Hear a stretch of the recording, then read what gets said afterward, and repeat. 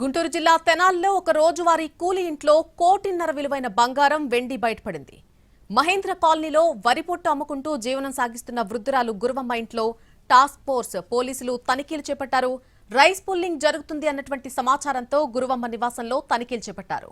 సోదాల్లో 800 గ్రాముల బంగారం, 13 కేజీల వెండి, 5,65,000 నగదు గుర్తించి స్వాధీనం చేసుకున్నారు.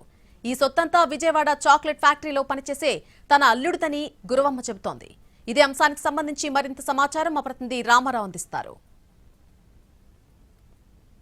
గుంటూరు జిల్లా తెనాల్లో ఓ రోజువారీ కూలి ఇంట్లో దాదాపు కోటిన్నర విలువైనటువంటి బంగారము, వెండి, నగదు కూడా ఆ పోలీసులు గుర్తించడం అనేది సంచలనంగా మారింది. ప్రస్తుతం మనం ఏదైతే ఆ తెనాల్లో ఉన్నాం, ఈ వీధిలోనే గురవమ్మ అనే ఒక మహిళ ఇంట్లో దాదాపు 15 కేజీల వెండి, 800 గ్రాముల బంగారం, 5,60,000 రూపాయల వరకు నగదు పోలీసులు గుర్తించారు. అయితే ఇక్కడ రైస్ పుల్లింగ్ జరుగుతుందంటూ ఒక సమాచారం అయితే మాత్రం గుంటూరు జిల్లా ఎస్పీ వకుల్ జిందాల్కి వచ్చింది. సో ఈ నేపథ్యంలోనే ఆయన ఇక్కడ లోకల్ పోలీసులకు సమాచారం ఇవ్వడంతో పాటు టాస్క్ ఫోర్స్ పోలీసుల్ని తనిఖీలు చేయడానికి పంపించడం జరిగింది. ప్రస్తుతం మనం ఏదైతే విజువల్ చూస్తున్నామో ఇదే ఆ గురవమ్మ ఇల్లు. సో ఇది ఒక రకంగా రేకుల షెడ్ లాంటి ఇల్లు. అయితే ఈ ఇందిట్లోనే గురవమ్మ భర్తతో కలిసి ఉంటారు. దాదాపుగా వీళ్ళు ఏదైతే ఆ హోటళ్లకు సంబంధించి పొట్టు సప్లై చేస్తున్నటువంటి పరిస్థితి ఉంది. ప్రతిరోజు కూడా పొట్టు సప్లై చేస్తూ వీళ్ళు ఆ జీవనం కొనసాగిస్తూ పోలీసులు గుర్తించడం జరిగింది. అయితే ఒక రోజువారీ కూలీ ఇంట్లో ఇంత స్థాయిలో దాదాపు 1,50,00,000కి పైగా విలువైనటువంటి బంగారం, వెండి, నగదు దొరకడంతో పోలీసులు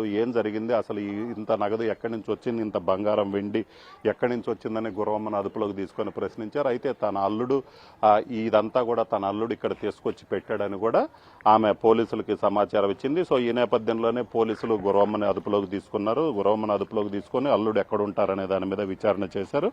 సో అల్లుడు అయితే విజయవాడ భవానీపురంలోనే ఒక చాక్లెట్ ఫ్యాక్టరీలో పనిచేస్తాడని గురవమ్మ ఇచ్చినటువంటి సమాచారం మేరకు పోలీసులు, టాస్క్ ఫోర్స్ పోలీసులు విజయవాడ భవానీపురంలోనే ఆ చాక్లెట్ ఫ్యాక్టరీకి చేరుకున్నారు. అయితే అప్పటికే ఈ సమాచారం తెలుసుకున్నటువంటి ఏదైతే పోలీసులు తనిఖీలు నిర్వహించారు, బంగారము, వెండి, నగదు పట్టుకున్నారన్న సమాచారం ఉన్న నేపథ్యంలోనే అక్కడి నుంచి కూడా అల్లుడు పరారైనటువంటి పరిస్థితి ఉంది. సో దీంతో అసలు ఈ బంగారం కావచ్చు, వెండి, నగదు ఇవన్నీ ఎక్కడి నుంచి వచ్చే రోజువారీ కూలీ ఇంట్లో దాదాపు 1,50,00,000కి పైగా బంగారం, వెండి లభ్యం అవడంతో అసలు ఈ ఎవరైతే గురవమ్మ అల్లుడు ఎవరైతే ఉన్నారో అతను ఎవరికైనా పారిశ్రామికవేత్త కావచ్చు, ఒక బిగ్ షాట్కి ఒక బినామీగా ఉన్నాడా ఒక అనుమానం కూడా వ్యక్తమవుతుంది. అలాగనే రైస్ పుల్లింగ్ వ్యవహారానికి సంబంధించి కూడా కొన్ని అనుమానాలు వ్యక్తమవుతున్నటువంటి పరిస్థితి ఉన్న నేపథ్యంలో పోలీసులు పూర్తి స్థాయిలో దర్యాప్తు చేపట్టారు.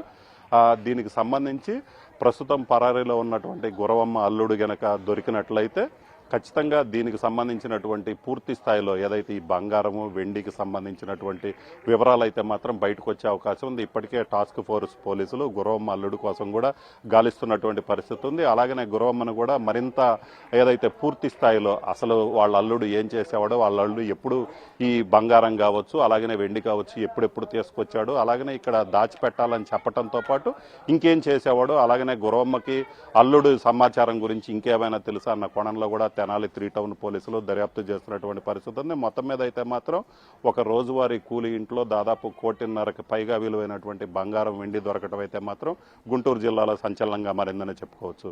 కెమెరామెన్ నాగరాజ్తో రామారావు, ఎన్టీవీ, తెనాలి నుంచి.